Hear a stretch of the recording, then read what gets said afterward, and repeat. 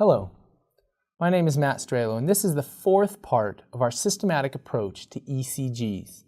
And in this part, we're going to talk about premature atrial and premature ventricular complexes. A quick review of the electrical pathway of the heart. We have the sinoatrial node, the atrioventricular node, and then our right and left bundle branches. And in a normal sinus rhythm, the electrical activity goes from the sinoatrial node to the AV node and then rapidly down our bundle branches, and we get an ECG or rhythm strip which looks like this. Now, in a premature atrial complex, what's going to happen is we're going to be cruising along looking normal, where we have our electrical activity going down the normal electrical circuit. But then another part of the heart decides it wants to take over, and it will send a conduction through the atria to the AV node and then down, blocking the conduction of that sinoatrial electrical activity. And then the sinoatrial node will take over again. And what this will look like then on our ECG or rhythm strip will be that we will have normal RR intervals and then an abnormal appearing P wave, which looks different from the other P waves because it's not coming from the SA node, but from another part of the atria. And then we'll have a short RR interval. And then after that, because that ectopic atrial focus reset the SA node, you will have a long RR interval after that.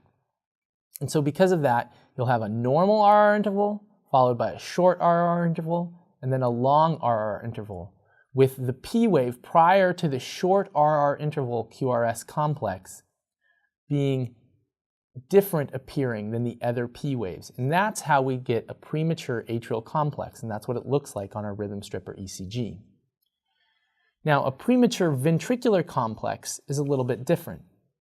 So in this case, we have our normal electrical pathway going on, where it's coming down the bundles, and then we have an ectopic focus in the ventricle taking over and then blocking that conduction at the AV node. So the atrial depolarization is continued normally, but the ventricular depolarization was abnormal for a single complex prior to going back to a normal electrical current.